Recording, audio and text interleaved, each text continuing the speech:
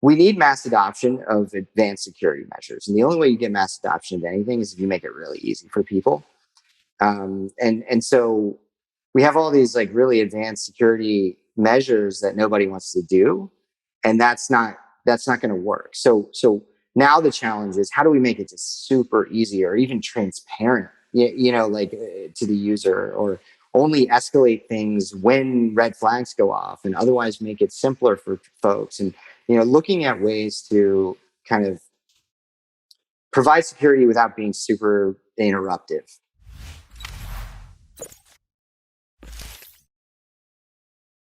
I first got involved in technology before there was the internet.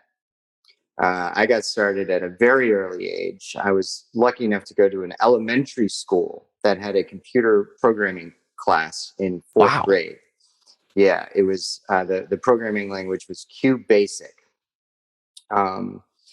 and became fascinated at that time, and have been involved in technology literally since the fourth grade. I continued to follow it, watched the internet be born. By the time I got to college, I was teaching myself computer programming kind of on the side and picking up web development gigs off of Craigslist to help pay my tuition. Nice. I've been in it since the very beginning. That's cool. Did you ever have like a little address book of all the email addresses on the internet? Yes, I absolutely had one of those address books. And, just to date myself, I also spent a lot of time on AOL Instant Messenger. Nice. Way back in the day. That's how a lot of my schoolmates and I communicated after school. That's super cool. So when you were starting your career, did you jump right into a career in tech, or did you do something else first? How'd you get going? Yeah, so I was at school at the University of Virginia, and I started in the computer science program, but I learned something very quickly, which was that the universities can be woefully behind what's actually happening in tech. They were teaching, C++ and like kind of old school enterprise software, whereas I wanted to learn web because that's what was, hot in 2000, 2001. So I left the computer science department and just... Wait, they weren't teaching web in like 2000 and 2001? There was one Java class, like to do Java, JSP, I think it was, or something like that. But it was like really limited. The web, it was all kind of like you start with machine code and and work your way into C++, and it wasn't what I wanted to learn. So instead, I left that. I ended up with a double major in economics and philosophy, of all things. But the whole time I was teaching myself, just literally checking out books from the library and teaching myself how to write code. Started kind of my first company, I guess, while I was still in college. We were taking photos at college parties and then posting them online for people the next day to go look at the photos and like buy a t-shirt with the photo on it or something like that. So pre-social networks. Yeah, this is again, early 2000s when that was still kind of a cool concept. So I had already kind of started my freelance programming, career while I was still in school.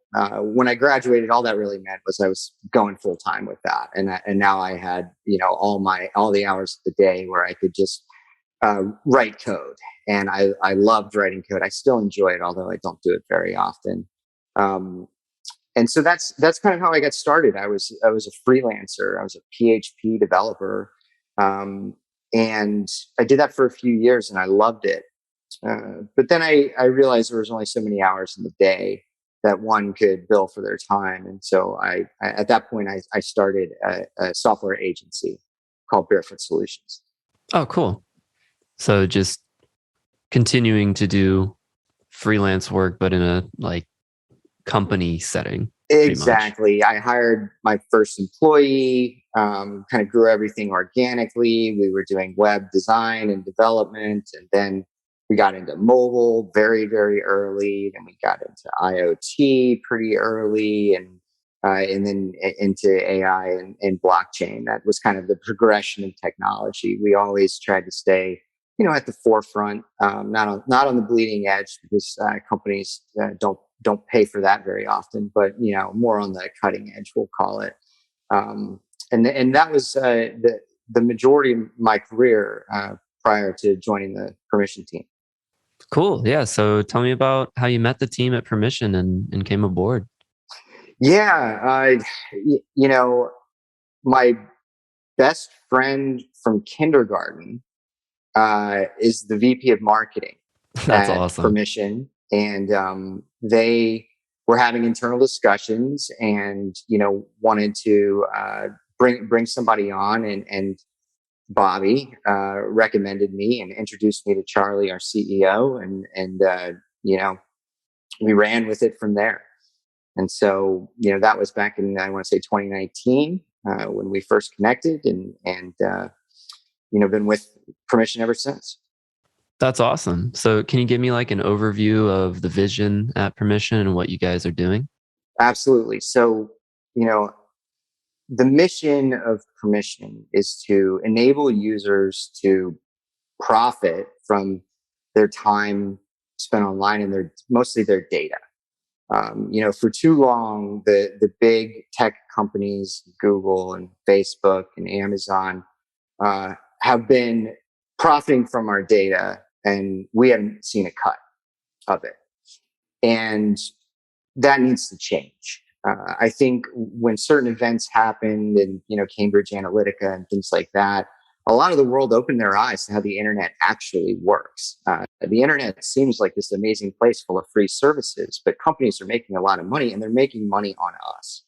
And now that that is understood by more than just geeks like me, there's a widespread movement to change that and to empower users to control their data. And if people are making money off of it, it's their data. They should be the ones making money. So that's the overall vision of what we're doing at Permission.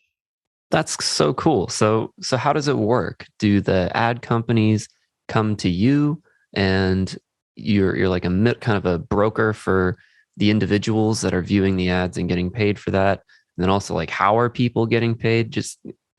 I have a lot of questions. Yeah. It's a new concept. It's a bunch of new concepts, and so it can be a bit to bite off in one sentence. But really, so we believe that users should be compensated for sharing their data.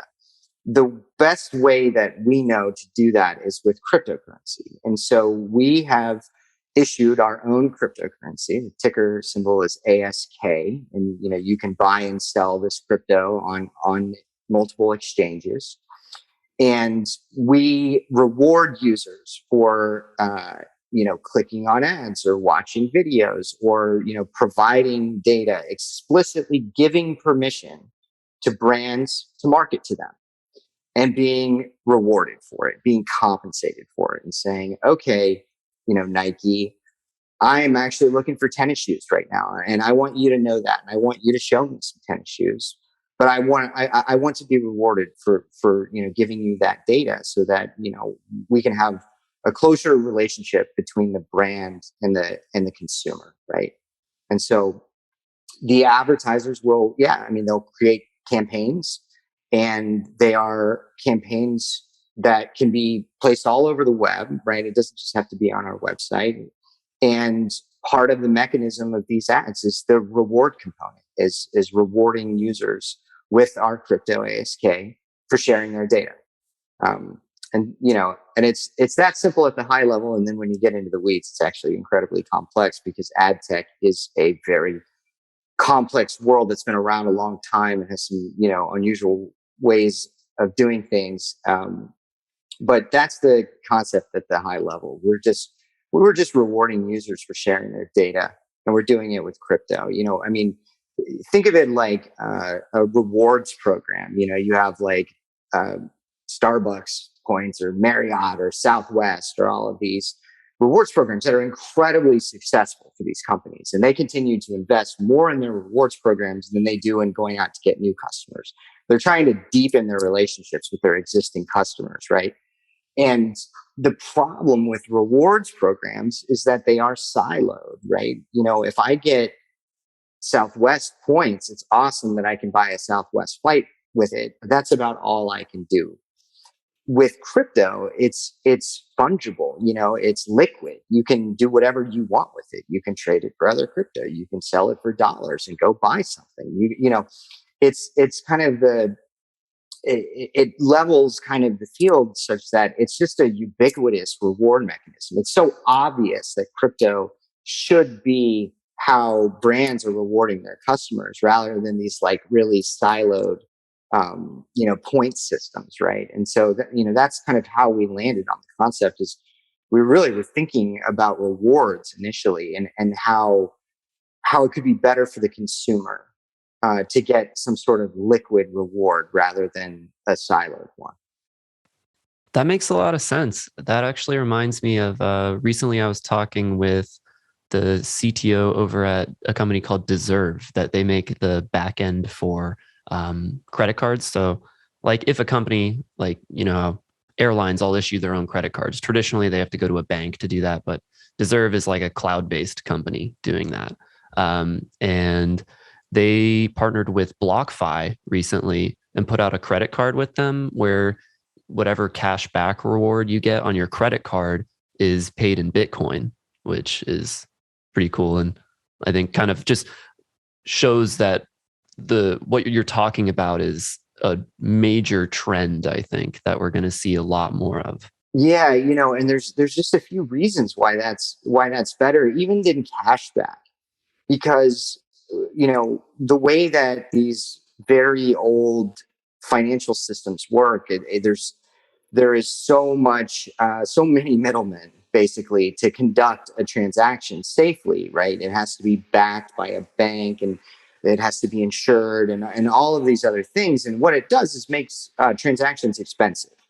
And so when you're doing small transactions, right, you just want to kick somebody a couple bucks back for a purchase they made. It's difficult and expensive to do that in just USD with a traditional financial system. But when you start looking at Bitcoin or other cryptocurrencies where the cost of transaction is very low, you're not limited to just like your country, or there's not a lot of complications around doing it kind of internationally.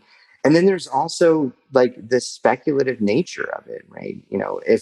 If anything, the value of a dollar is going down over time, right? Whereas with cryptocurrency, you don't know, but there is kind of that exciting, you start to build up reserves in crypto in the hopes that maybe Bitcoin's price will go up and the rewards that you got will be double what they were when you got them, and so Yeah. That's another of the alluring parts of using crypto instead of just cash for rewards for transactions or whatever it might be for. Absolutely. Yeah. I mean, a couple years ago, Coinbase started rolling out where you could do like a little education thing on to like learn about a different currency, and they give you $5 in the currency. And so I did like all of them that they would let me do because I've been like a crypto fan for a while. Ended up with $30 total, and I just kind of ignored it for 2 years. And then I looked at it and it was like $200. I'm like, hey, that's a pretty good payment for learning about some different currencies. Yeah, I know exactly the program you're talking about, and it sure is, and that's the idea. And it's also a way to learn about new projects, and you might, okay, well, I have this token now. I mean, what are they about, right? And it's good for the ecosystem, for the crypto ecosystem too, right? To get the word out, get people holding these tokens so that they begin to care and learn about the project, and sometimes support it in major ways. Yeah.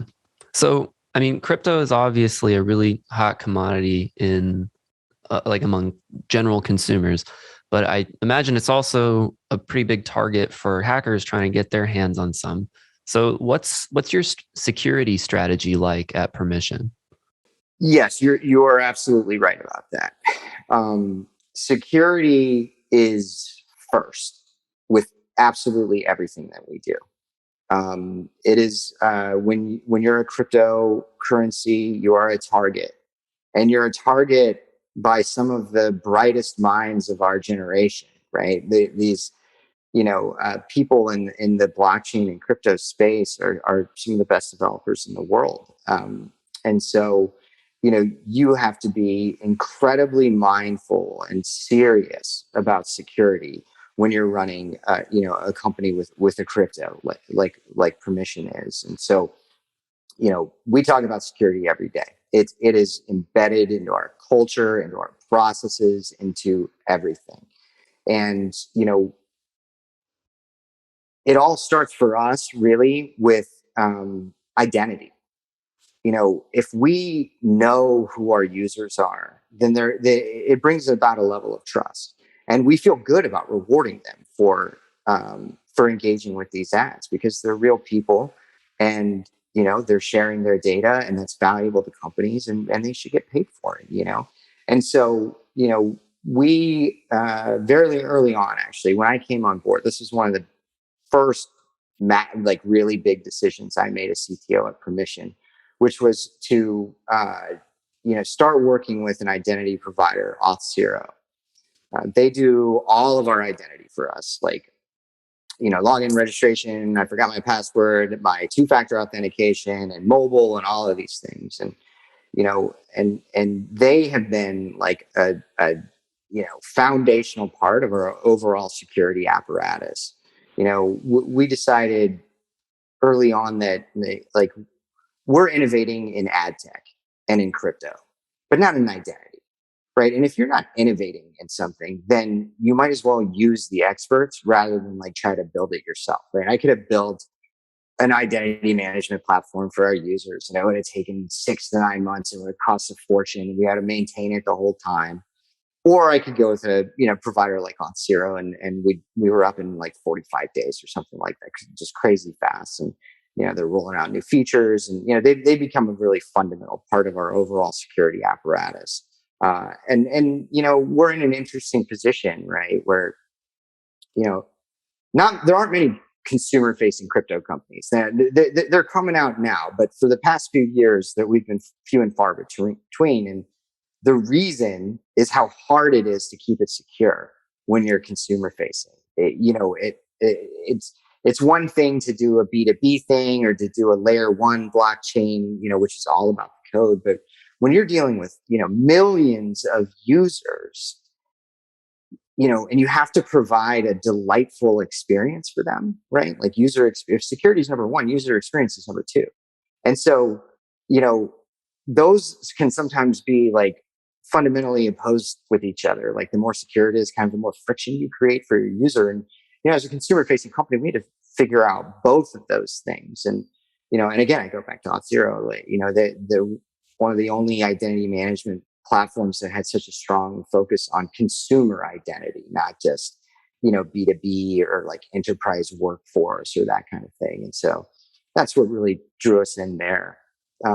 Additionally, we have just crazy smart data scientists that are constantly identifying anomalies and looking for patterns, and we have really advanced bot detection and mitigation measures. And we introduced KYC, which is not popular, but we're of the standpoint that like that's where the industry is heading, so we might as well get ahead of it. And it was able to integrate it really well with Auth0, and now we have like pretty definitive proof that somebody is who they say they are. And what we found out is that makes them so much more valuable to advertisers than your typical like publisher might be. That makes a lot of sense. You're able to like filter out the bots like that. Yeah, I mean, it's a dirty little secret in ad tech, but I mean, half the traffic is from bots. Yeah. It may be worse, and so when we can tell our advertising partners, hey, they're actually uploading their passport and we're verifying it, and all this other stuff, then that brings the quality that we're able to bring, because we do all of those things, is just so much higher than kind of anonymous web traffic. And so while there was some resistance at first because it is friction, and people don't like it. Ultimately, it's been a great thing for us. It's been one of the best things we decided to do because it just ups the quality of our traffic. So what does it look like from the user side? Is it like a web extension that you sign into and have running in the background, and that's how you're recognized when you're providing data or viewing ads or something?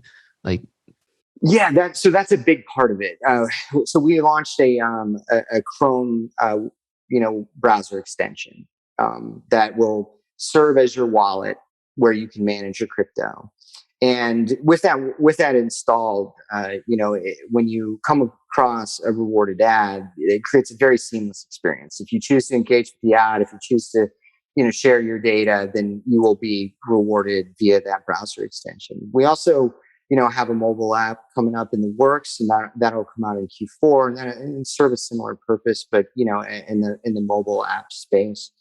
But really, we don't want to tie anybody down to a specific product. So even if you don't have anything installed, there is still a workflow that could lead to you earning your rewards for engaging with those ads, even if you aren't yet a permission user.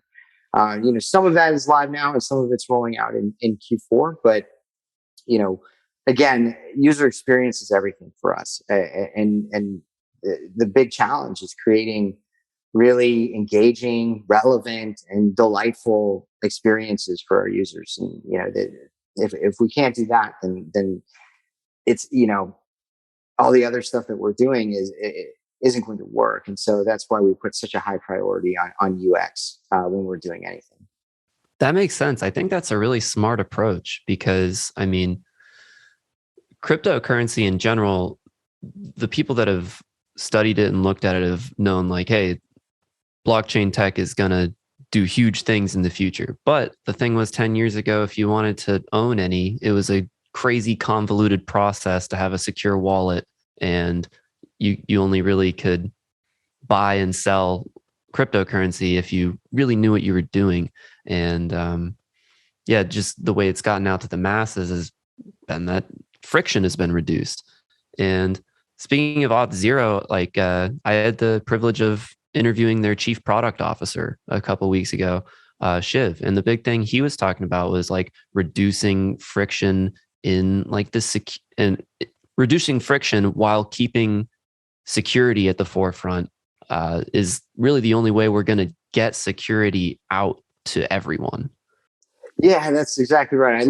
I actually listened to that, and it was spot on. And if we need mass adoption of advanced security measures, and the only way you get mass adoption of anything is if you make it really easy for people. And so we have all these like really advanced security measures that nobody wants to do, and that's not going to work. So now the challenge is, how do we make it just super easy or even transparent, to the user, or only escalate things when red flags go off, and otherwise make it simpler for folks. And looking at ways to kind of provide security without being super interruptive to someone's experience, right? And that's kind of where the technology is now. It's matured enough that we know how to do things securely, right? MFA has been around for a long time, but how do we make it so it's not such a pain? And we've seen in the past few years, even, to real strong adoption, like for 2FA, and people are starting to look at passwordless stuff. And I think that we're going to see a lot more innovation in that space in the coming years. I mean, like you said, crypto 10 years ago was a nightmare. If you weren't not a developer, good luck, buying and securely storing your crypto, right? But these days, it's as simple as signing up for a web account. Come to permission.io and you provide your username and password, and there you go. You get a crypto wallet and you get some ASK in it, and you're off to the races. It's literally that easy. And so we're crossing the chasm right now. We're in the middle of it, if not towards the tail end of it, where crypto is just adopted by the masses. And it's like, get on board. And we're seeing this across all these major financial institutions and these big corporations, everybody's hiring blockchain and crypto people and rolling out programs and putting Bitcoin on their balance sheets and all of that. I mean, it's here. This is the time where it becomes, where my mom might be able to get some crypto. Yeah. It was funny. I was watching a news piece recently on ransomware, and a point they made was how ransomware attackers have incredible customer service, because when they go after like elderly people, doesn't matter who their target is, they need to get paid in like Bitcoin for obvious reasons. And so it was funny, they were complimenting the customer service of these ransomware attackers because they're able to teach your grandma how to buy Bitcoin, because that's like a part of the process. I know that's a little bit off topic, but well, I mean, I guess the word is out that providing an excellent customer experience gets you the results that you want, and even for bad actors, right? Yeah. They're seeing how the internet works these days, and if you can provide an excellent experience, then people will do it. That makes a lot of sense. So one thing I'm curious about is, why issue your own currency rather than use an existing one for the purpose of paying your users for their data? Yeah, I mean, it's a really good question, and it's something that was debated extensively. And there's a few reasons for it, and one is to be able to control the experience a little more closely, right? We can build all these tools around our crypto specifically that would be more difficult to do if it was, if it was Bitcoin, if it was something else. And the other is, the financial model. If you have to go out and spend US dollars to buy BTC to then reward users with that, then it's really not all that different than just giving them USD for what they're doing, right? And so, but when you can build a community around a new cryptocurrency, then it makes the model just makes a lot more sense that way. Yeah, that makes sense, because at the end of the day, you're trying to avoid the, what's the word, inefficiencies of the financial system. And if you're using an existing currency, that means that you have to start with US dollars anyway. Exactly. And so then half your business model is still stuck in that financial system, right? And it's slow and it's expensive, and when you can issue your own currency, all that goes away. And we didn't just issue a token on Ethereum. I mean, we run our own blockchain, and we run our currency on that blockchain. And again, that enables us to provide very, very fast transactions, very, very low transaction costs, right? Whereas gas fees on Ethereum right now are out of control. And there's a lot of cool projects that are working to fix that, and the Ethereum Foundation themselves are working to fix that. And so I think that's going to change. But at the time, that that was a good decision to make, so that we could again make the experience great for the user, right? Nobody wants to be spending $20 in gas fees to execute Ethereum transactions. So it all comes back to the user for us. So I might not get it if we get too into the weeds. So explain to me, like I'm 5, what goes into forking Ethereum to make your own currency? Because that just sounds really crazy and interesting to me. Yeah. And if we got into the weeds, it gets really complex. I imagine. But okay, like you were 5. We take a copy of Ethereum.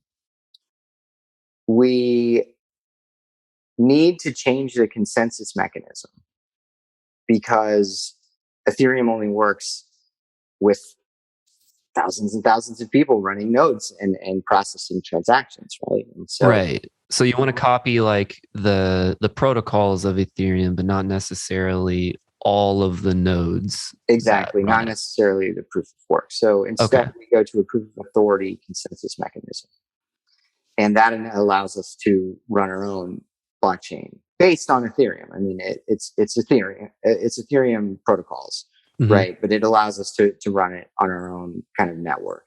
Okay. That's really interesting. So is everyone that is making money with permission a member of the network, like helping run consensus? No.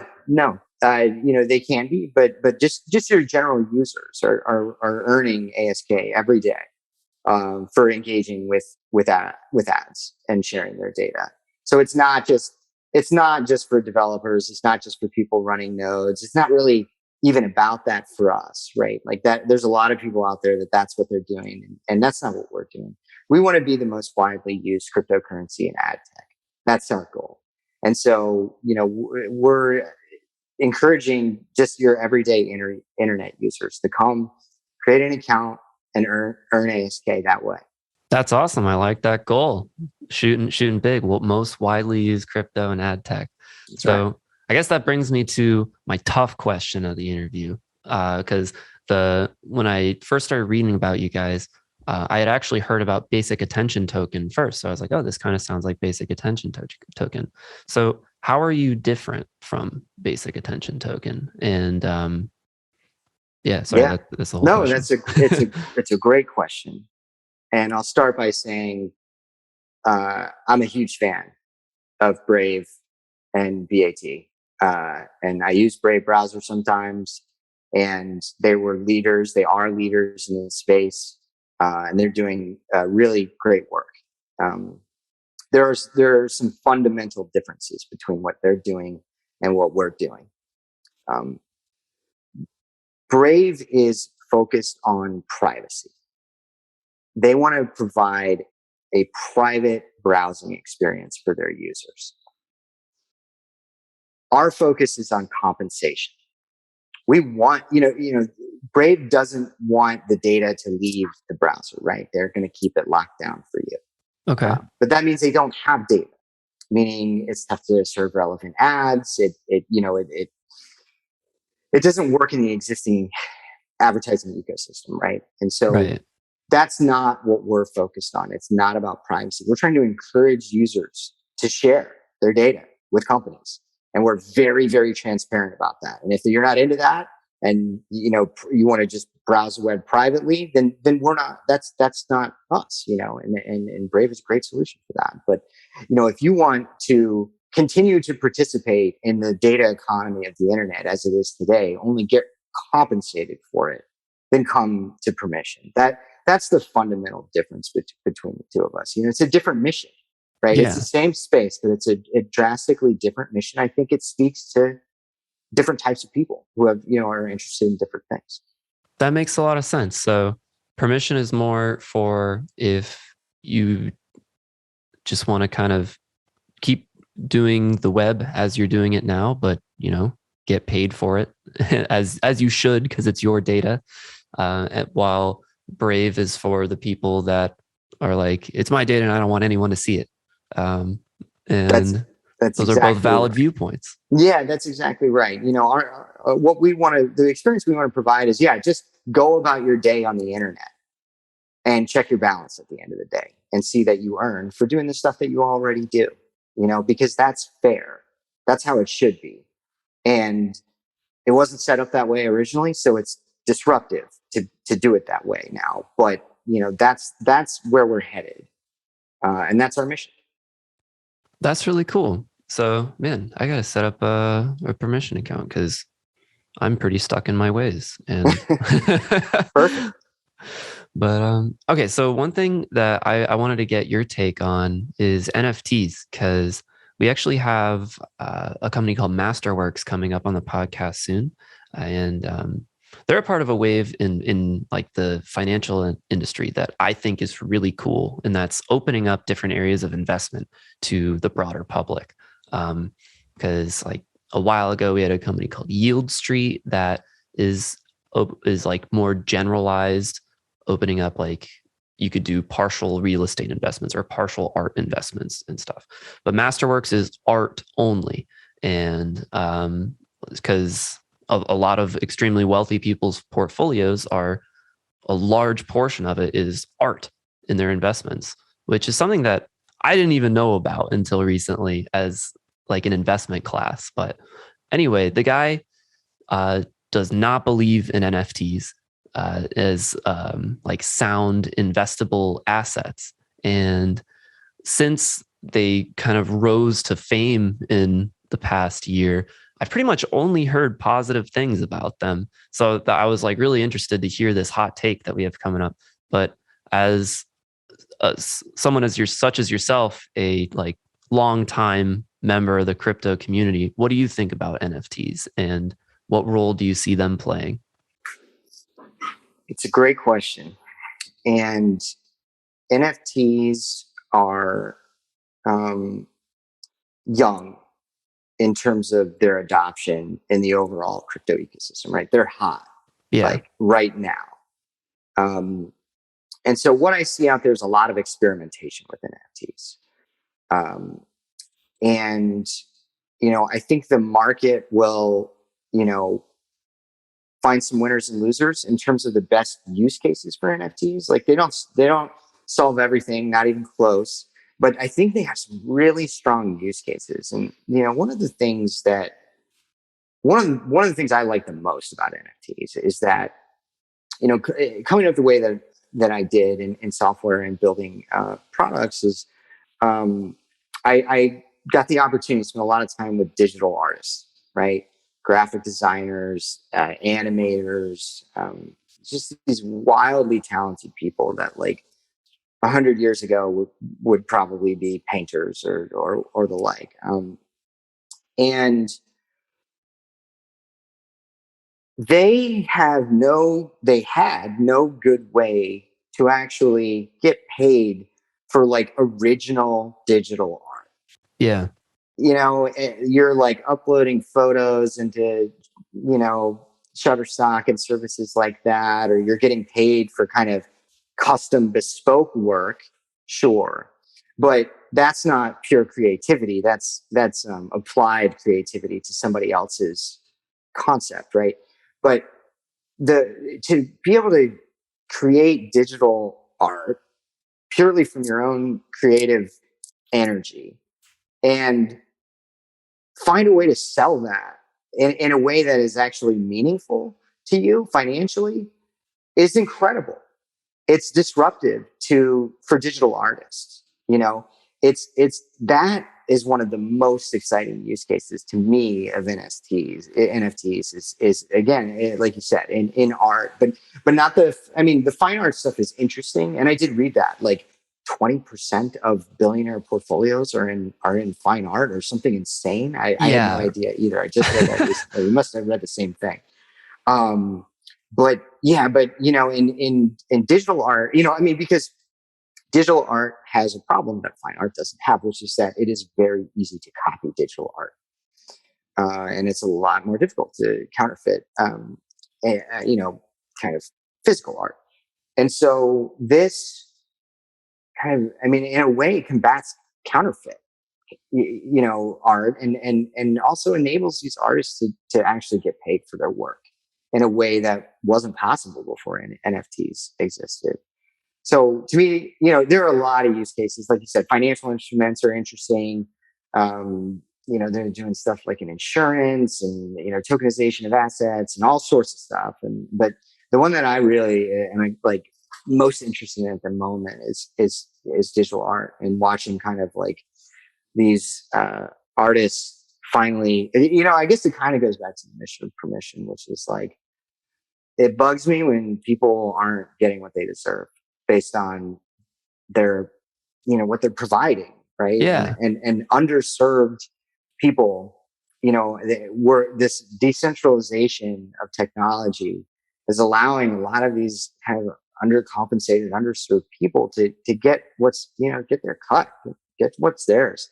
And so to me, that's like one of the most exciting parts of NFTs. Sorry, that was a pretty long answer, but No, dude, that was awesome. Yeah, I mean, it's always really cool when a new technology comes out that's able to actually empower people rather than just be used by the people that are already in charge, you know? Um, and that's kind of the whole theme of decentralized tech in general, which is why I've been a fan for years. Um, but so, do you have any thoughts on other kind of wild out there potential future use cases for blockchain tech in general? whew, that's a good and a tough question. You know, I am I'm a fairly practical technologist, and I think I'm realistic that blockchain doesn't solve, all the world's problems. It is a tool.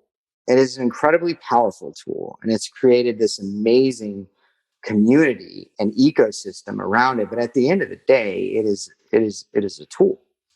Um, and so, when I think about where we might have interesting use cases, it's just all over. It's not necessarily like um, completely brand new things. It's just improving the things that we already do. Cryptocurrency is not completely new. It's an improvement over fiat currency. NFTs are not completely new, but it's an improvement over like physical goods and things of that nature. And so, I think blockchain is going to do amazing things in identity. I think, there is a world here where all of us manage all of our identities, our medical records, our finances, all of that in some sort of decentralized identity platform, where I can take it with me wherever I go. I can choose what I share to whomever I'd like, but ultimately I have control, and it's validated by the blockchain consensus mechanism itself. And so I see a world where identity becomes fully decentralized, in fact, and that we can travel to different countries and do all of these things and still have complete ownership of our information and our digital identities. So I see very, very big things in that space.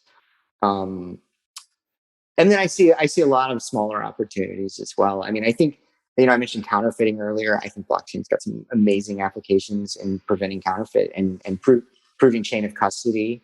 I think we're going to see, again, chain of custody in the legal field, but not for another 15 or 20 years. It's going to be very mainstream before we see that. So I do see just all sorts of interesting applications of it. As it becomes more ubiquitous, everybody gets smarter, the tech gets better, and we're getting, like I said, we got some of the greatest minds in the world working in the blockchain space right now. So like, I'm just could not be more excited to see what comes. Yeah, absolutely. So another area of future tech that we've had on the podcast, actually a decent amount, quantum computing. Um, a big concern that's brought up a lot is quantum computers are going to be capable of decrypting cryptocurrencies. And so while we actually had on the CTO of Ripple, the currency, and he was like, "Nah, that's not a problem for another 10 years." But then I forget, we got the opposite opinion from someone else that I trusted on it too. So it it's kind of all over the place in terms of what I see people saying about it. And I'm curious, what's your take? Yeah, well, I will start by saying that doesn't keep me up at night at the moment.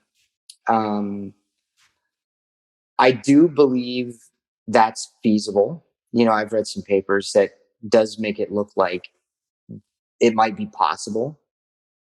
But, let's keep in mind that there's two sides to that coin.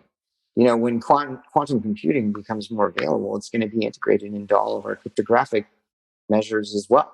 Yeah. Right. And so,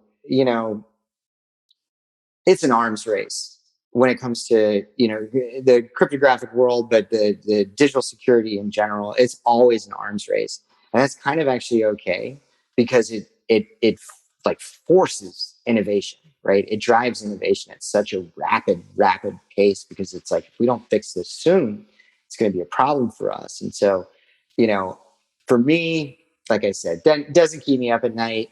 It'll be interesting to watch, but all the tech that might go into decrypting it can also make the cryptography more powerful. Right.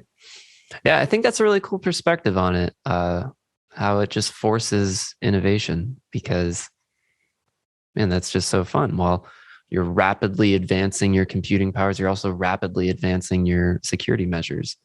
And I know that there's already quantum resistant algorithms, but right now they're just kind of slow, so we don't use them because we don't have to. But I can totally see how, when we do have to, we'll probably see them speed up pretty fast, just because they'll be forced to. Yeah, exactly. It does drive innovation. I mean, it's a threat, right? And protecting yourselves from threats can often lead to amazing discoveries and inventions and wild new things. So before we wrap up, I just want to ask you a couple leadership questions, because you're CTO at this company, leading quite a few people. For some context, how many people are at Permission right now? Oh gosh, it changes a lot, but I think there's about 20 odd people right now. And they're kind of distributed globally, but although we have our headquarters in San Diego, in La Jolla, California.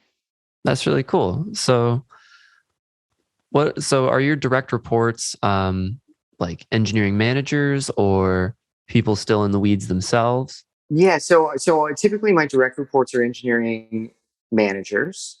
We are still small enough of an operation that I talk every day to the engineers directly, although they're not technically my direct reports. But yeah, I mean, we have a very powerful distributed engineering team that's built a lot of product over the last couple of years. So what would you say are the 1 to 2 most important culture items to you at your company? So one of the things that I really value at the company is and it may sound a little weird at first, but is pride. Being proud of the work that you do, and making everyone feel that way about the work that they're doing, I think it's just paramount. I think it's incredibly important. And the reason is that, and it's not for the pride itself, it's not egotistical. It is that so many good things happen when you're proud of what you're doing. It means you're telling the truth, because you're not going to be proud of not telling the truth. It means you're doing great, high quality work, because you're not going to be proud of producing crap.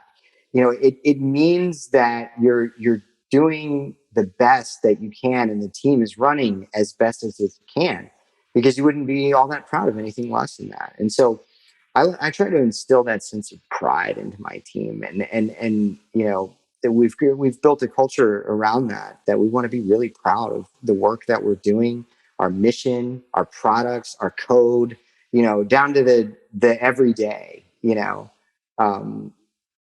Everything matters is another thing that I believe, which is that, like, the small things are very, very important. Everything matters. I learned that from my 8th grade soccer coach, of all places, and it stayed with me this entire time. It was like tying your shoelaces nice and tight. It's important. Running out the ball, even though it's going to go out of bounds, just keep running all the way until the ref blows the whistle. And that kind of thinking, when applied to engineering, it's actually very easy to apply it to engineering, right? Like the details are so important, the quality is so important. Those are two kind of big things in our culture. Be proud of what you're doing, and everything matters. That reminds me of that one really famous Navy SEAL speech about making your bed in the morning. Did you ever come across that? I think I have, actually. I think I have. Yeah. Something like, if you can't make your bed in the morning, how do you expect to do anything else? Like, Right. Exactly. But Exactly. I mean, it sounds like those two things are a really good recipe for having great employee engagement and having them really care about what they're doing. Um, and that's just been top of mind for me because I had to do some market research a little while ago, and I think it was a Gartner report on employee engagement that was talking about how companies with higher employee engagement are just significantly more successful on a variety of metrics. And so if you find whatever you can to increase employee engagement, and that's a real recipe for success. So I think those two things of pride in your work and everything matters are really good ingredients for that. Yeah. And, the other thing that I try to do, I can't wait for my team to listen to this and chuckle. But, another way, because you're right, the engagement of the team is everything. You can't get anything accomplished without a really engaged team. And the way that I choose to do that is empower them and get out of their way, right? Make sure they have the authority and the tools and the access they need to do great things and support them, and then get out of their way and let them do awesome things, right? And so that's all that's I try to make that a part of the culture as well, because like you said, that when they have some ownership over what we're doing, right? It makes them engaged. It makes us all engaged. We want to feel like we're a part of something bigger than just ourselves, and like we want to be proud of what we're building, and we want to have some ownership on that. And so, that's another big, really important piece. Yeah. And I can quickly advocate for that on the other side of the employee side, because that's something that has come up on the podcast for years, prior to me ever even being at the company here. And the founder of the company, Joel, is like taking that to heart. And he has given me a lot of freedom and authority to kind of take this where I want to go. And I've learned and grown a lot from that. Like as an employee and now starting to lead. And I think, yeah, you can just treat me as a case study there. It works. But all right. So before we wrap up, is there anything else that we want to get out there that we didn't get to touch on today? I think we covered it. I mean, the big the big mission for us is actually crystal clear. Users should be compensated for their data. The how is more complicated, and that's what we've built, and that's what we're continuing to build and execute on. But the writing on the wall is very clear that this is the direction that we're heading in. You only have to look at like the iOS updates recently that people have, you have to explicitly ask permission to use their data. Like, it's all coming, it's all converging right now. And so it's just a really exciting time to be, not just like a leader at a tech company, but also a consumer. It's a really great time to be a consumer of digital technology, because, we're taking some of it back.